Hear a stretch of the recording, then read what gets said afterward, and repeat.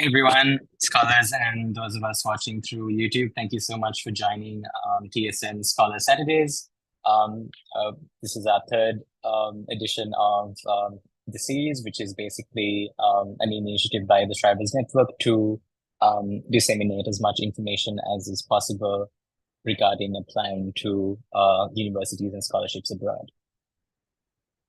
Today we will be covering application theme and the Common App essay. This is specific to the US application process. So without further ado, just a bit of housekeeping before we get started. For those of you who are joining live, just be mindful that this session is now being streamed live on our YouTube channel. So if you unmute yourself and speak, you will be recorded.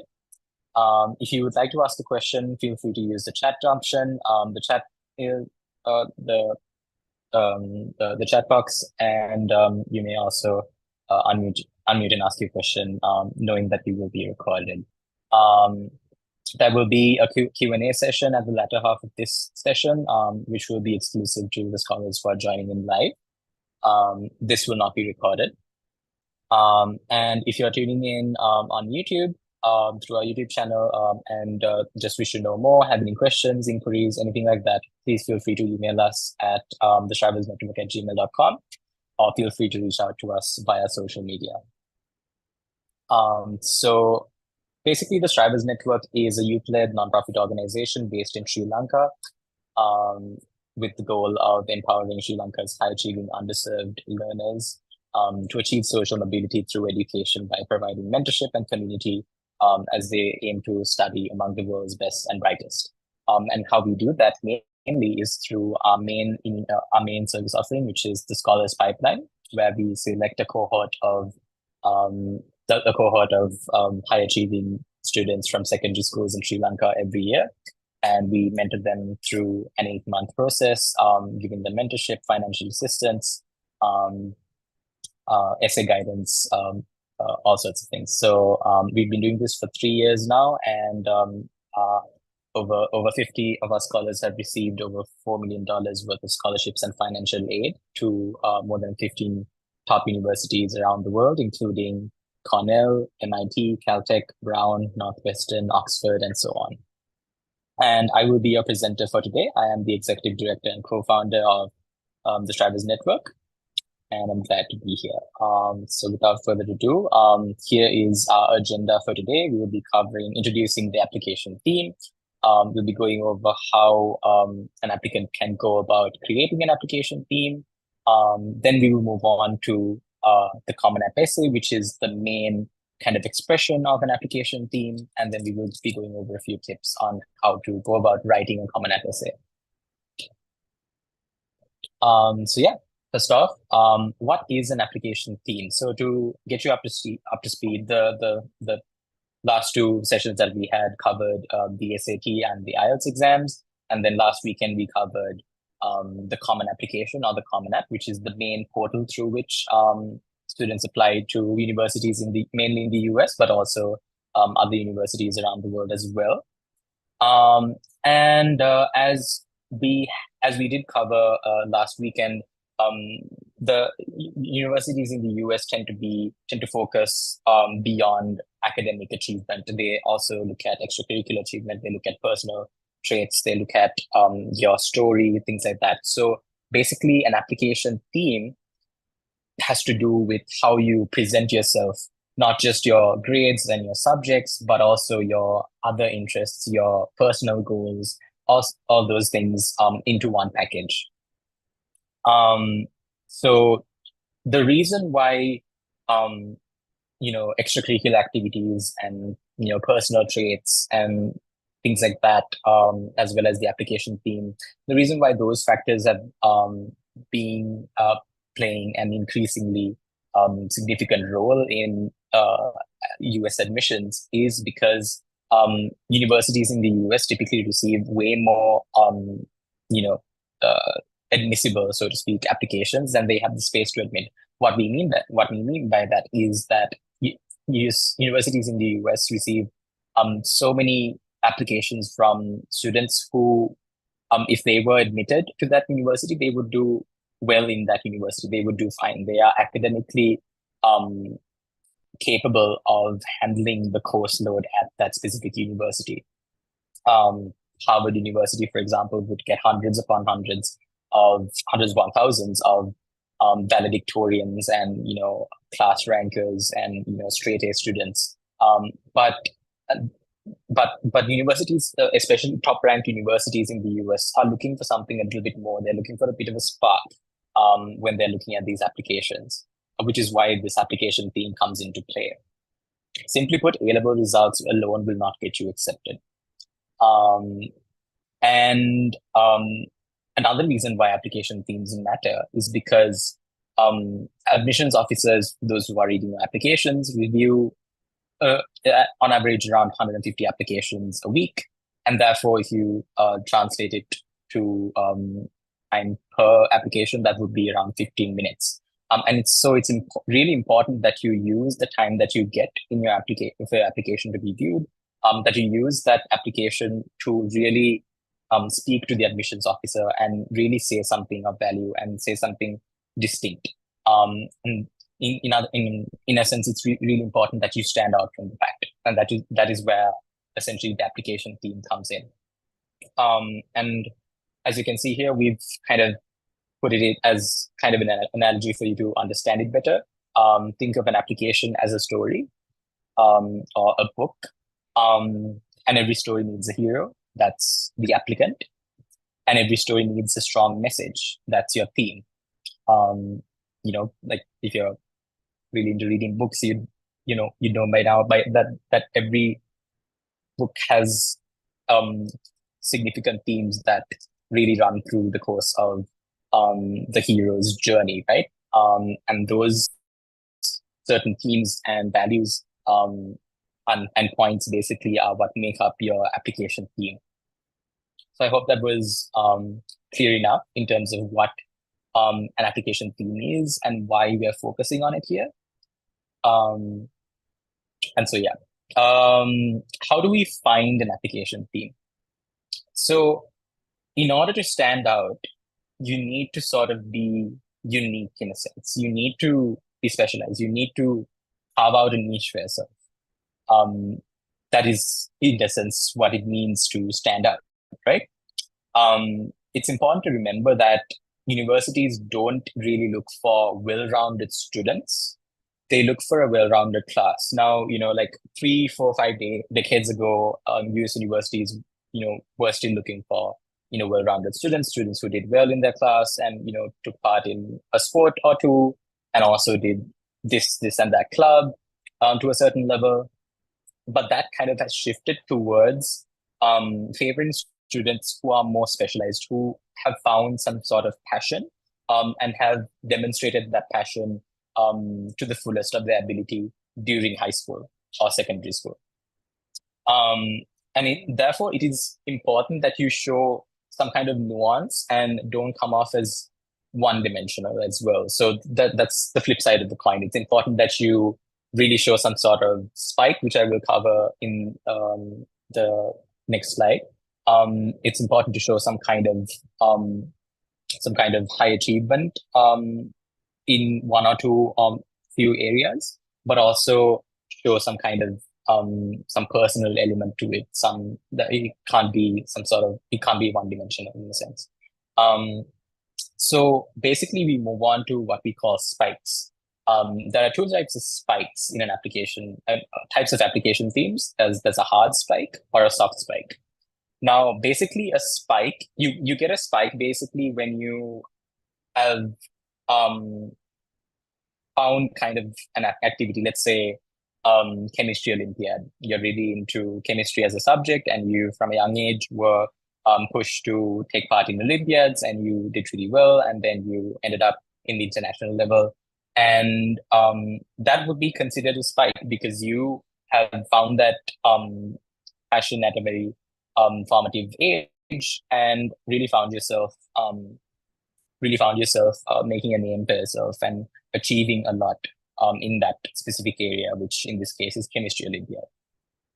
So that would be a spike. But there are two types of spikes here. Basically, if you have a hard spike, it's essentially, I'm going to go to the next slide here.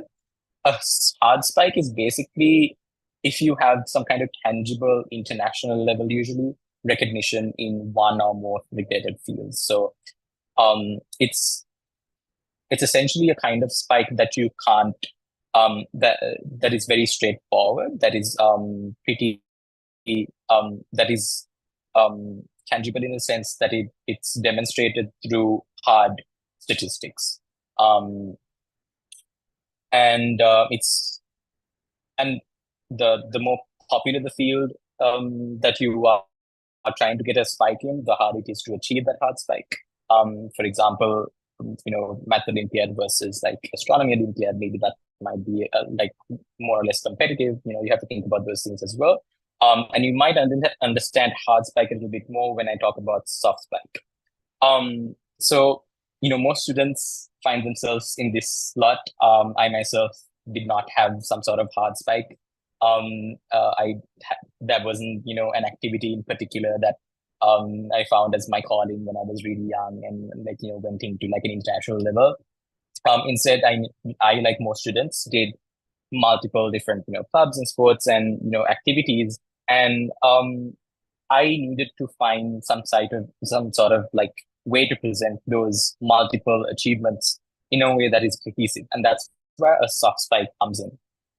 So basically, you can create a soft spike for yourself by connecting multiple contrasting fields in a way that is nuanced and shows depth. So, for example, in my case, I was really into music, played instruments, was in the choir, but then I also like theater, but then I also was really into economics.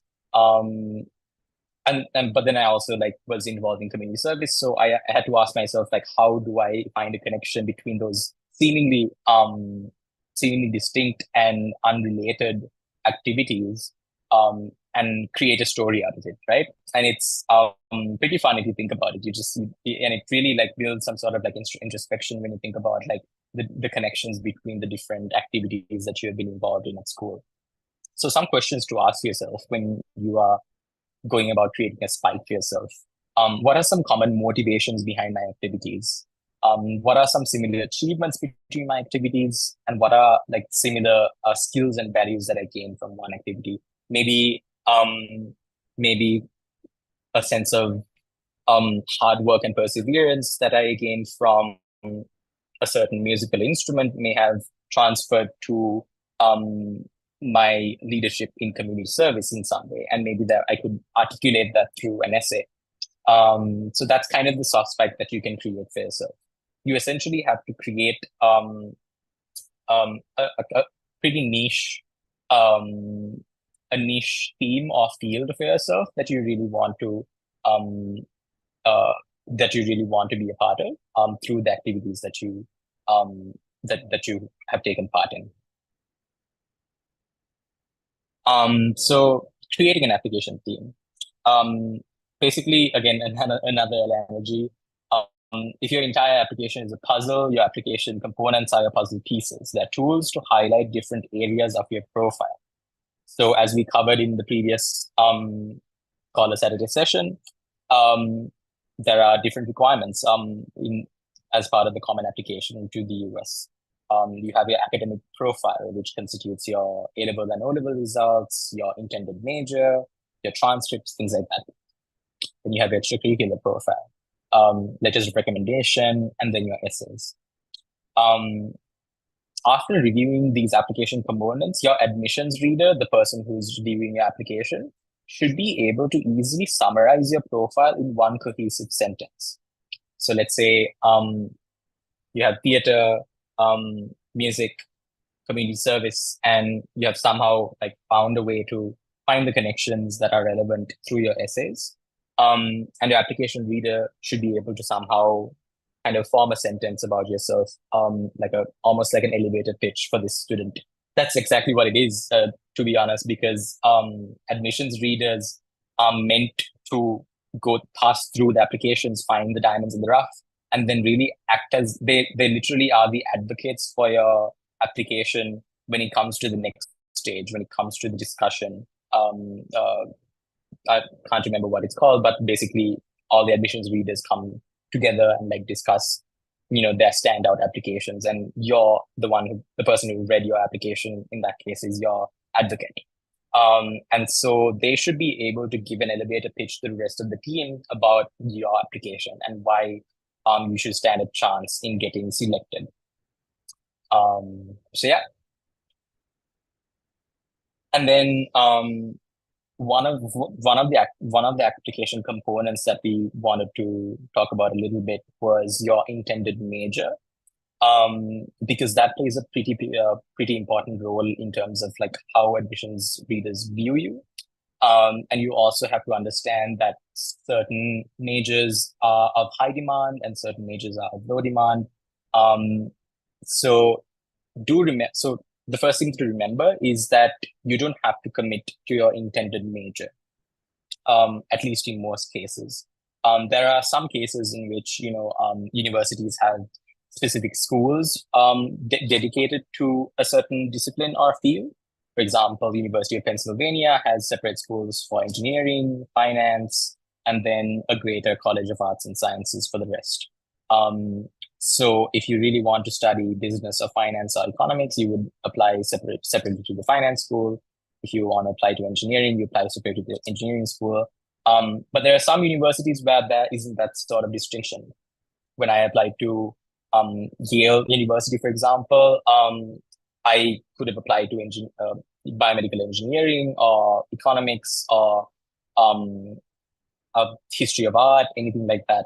I ended up applying ethics, politics, and economics, and I'm now a computer science major. So that I hope speaks to the kind of flexibility that you can get at these universities, and also the fact that your intended major isn't kind of a binding decision where they say, oh, but you said you wanted to study ethics, politics, and economics, and they stop you from trying out different fields. It doesn't work like that.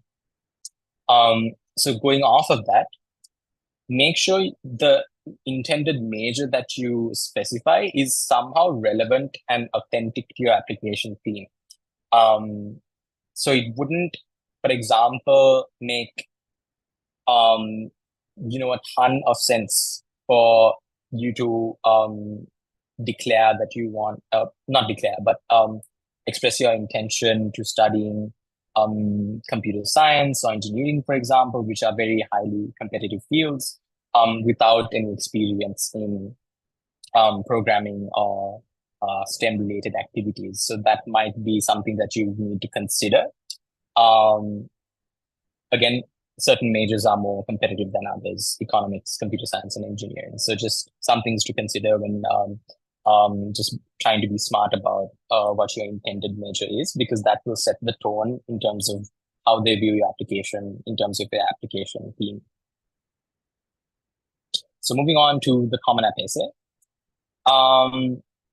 Essentially, the Common App essay is pretty much the centerpiece of the application. It is by and large the most important expression of your application theme and just you as a person, which in the case of US university admissions is pretty much the deciding factor. Because again, like I said, most applications that these top ranked universities received are academically viable, but that is not enough for admission. You need to show some kind of specialization or spike, as was discussed. The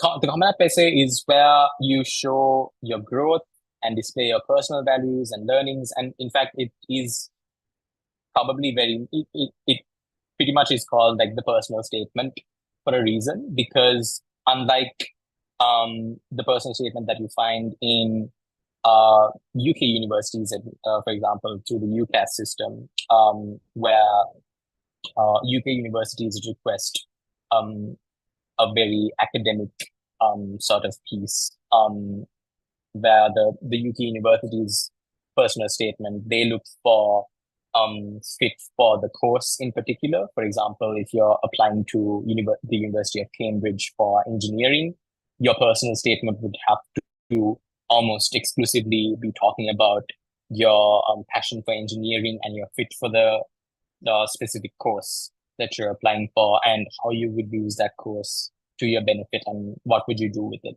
you know? Whereas your Common App essay and US universities in general, they look more for a fit for, you know, campus culture, um, fit for campus community, things like that. They are more concerned with what kind of impact is this student going to be making at our university, and how would they contribute as an individual to the greater community. Um, so they not only look for how you would be um, sort of contributing in your classes or courses or modules or things like that, they would also be looking forward to getting an idea of what kind of extracurricular pursuits you would be interested in at this university. You know, what kind of a roommate would you be? So that's, I hope that kind of clears up, you know, the kind of what distinguishes the UK admission system from the US admission system. But yeah, back to the Common App essay. So the Common App essay is 650 words or less, and they have listed, I believe six different prompts for you to choose from. But what we tell our scholars is that, as you will see very soon, they don't really care if you can. They don't really. It doesn't matter too much which prompt you choose and whether, you know, your essay is relevant to the prompt or not, because at the end of the day, what they really care about is you submitting a piece that is personal to you and speaks from the heart and really shows something personal about you about you as an individual to these admissions readers. So I'm just gonna quickly go over the six prompts. The first one is about background, identity, interest, or talent. The second, and I hope this kind of demonstrates just the variety of different topics that you can choose from. The second one is about a challenge, setback, or failure that you faced and how you overcame that. The third prompt is about a belief or idea that you questioned or challenged. The fourth prompt is about a period of personal growth that resulted in a new understanding of yourself. The fifth prompt is a description of a topic, idea, or concept that you have engaged with. And lastly, as I mentioned, they want to really open it up to you in terms of what you can write. So they literally have a prompt here, which asks you to just share any essay on any topic of your choice if none of those previous 5 prompts work for you. And obviously you have to, at the end of the day, write only one essay. If that wasn't clear, you don't have to write a 650 word essay on each of the prompts that I mentioned. Hope that was clear. So yeah, that is the Common App essay. And finally, just a little bit about writing, just going about writing a Common App essay. We're not going to delve too deep into this because we, from experience, we understand that we rely on a host of different online resources that we have listed here, that are very useful and very comprehensive, and include a lot of different exercises and brainstorming activities that you can go about when that you can take part in if you want to figure out your Common App topic. So just 3 things. Just keep in mind that your admissions readers, your college admissions officers, are looking for 3 things in your essay. Who is this person? Will this person contribute something of value to our campus? And can this person write? And this third point is particularly important, especially given kind of which geographical region we come from. In the case of Sri Lanka, it's really important that they understand, given the fact that we come from a non-English speaking country, that we are able to still write pretty strongly in English and are capable of handling that kind of level of language in a university setting. So in terms of steps to write a Common App essay, first you need to brainstorm. And there are tons of different exercises on the internet that you can choose from. The values exercise, um, uh, the personal object exercise. Um, so yeah, you can use those to kind of get an idea of what are the most important points and stages and events that defined you as a person and which ones you want to write about. Secondly, structure your essay. And by that I mean, now that you have a topic or a few topics, and by the way, we at the Strivers Network, we generally recommend our scholars try out 2, 3 different drafts of different ideas and see which one works. Because we understand that like you can't make a judgment based on an idea or a topic. You need to see how that reads. And obviously, it's at the end of the day, it's not a waste because there are more essays that you will need to write other than the Common App essay. So yeah, secondly, structure. And so just figure out how you will basically introduce the essay, what the body will be, and how you will, what the conclusion will look like. There's again a lot of resources on how to write a great hook. A hook is basically a piece of writing that really, in essence, hooks the reader and really draws their attention in a certain way. Maybe it's the shock factor. Maybe the writer can really bring the reader into the action, and it's kind of like straight into the action, so to speak. There are different, devices that a writer can use in that sense. And then thirdly, draft, revise, and repeat. And this is really important because it's really important that you refine the idea that you have and make it the best version of it as you can possibly make it. And lastly, some great resources. We we love the college essay guy here over at the Strivers Network, and he has a very comprehensive blog, not only on on essays but also how to write a great activities list, how to fill out different sections of the common application, how to face an interview. It goes on. And then College Mind is also a great blog that you can use. So in general, like the internet is your best friend in general in this whole process. So yeah, that's pretty much all we have for this session. Thank you again for joining, and we will see you next Saturday where we'll be covering recommendation letters and how to write a school profile. And until then, take care.